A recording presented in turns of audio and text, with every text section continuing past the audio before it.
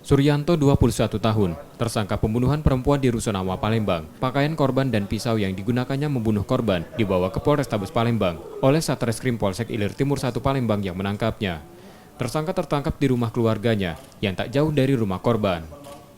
Pada polisi, tersangka mengaku membunuh korban dengan pisau dapur milik korban yang dilihatnya saat masuk paksa ke rumah korban.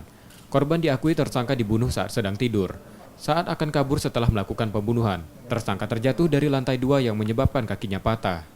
Saya kira gara-gara dia yang ngatai lah. Padahal aku lah minta maaf kan atas nama keluarga aku. Aku mewakili keluarga aku minta maaf sebesarnya walaupun kami salah benar, aku minta maaf. Tapi si korban tidak mau memaafkan.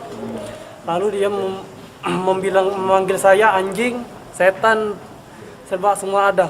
Lalu masuk di jendela, lalu ke dapur saya. Lalu pertama mau membuka pintu, terpegang sebuah pisau. Lalu saya tusuk ke dia. Korban posisi lagi tidur? Ya, posisi lagi tidur.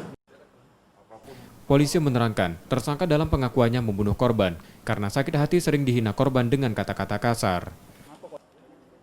8 kasus penganiayaan hingga korban meninggal dunia dengan motif yaitu antara pelaku dengan korban sakit hati akibat korban dianggap menyakiti melukai perasaan dari istri pelaku dengan kata-kata yang kurang pantas. Akibat tersebut tadi pagi terjadi penganiayaan hingga mengakibatkan korban meninggal dunia dengan luka tusuk dengan senjata tajam sebagai barang bukti. Untuk proses hukumnya, tersangka kini dalam penanganan dan ditahan di tahanan Polsek Ilir Timur 1 Palembang. Yudi Kiswanto, Kompas TV, Palembang.